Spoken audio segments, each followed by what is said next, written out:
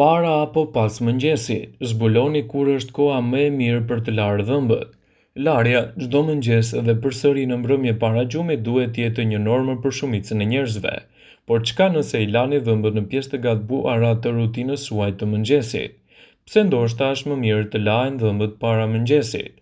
Mund të ketë vërtet një përgjigje shkencore për këtë pyetje, ndërsa flini bakteri që shkaktojnë pllakza në gojë shumohen. Kjo është pjesërisht arsyeja pse mund të zgjidhni një shije të keqe të gojës ose një erë të keqe të saj sapo zgjoheni në mëngjes. Larja me një pastë të dhëmbësh me flori pastron dhëmbët nga pllaka dhe bakteriet. Ju gjithashtu lyeni smaltin tuaj me një barrierë mbrojtëse kundër acideve të ushqimit tuaj.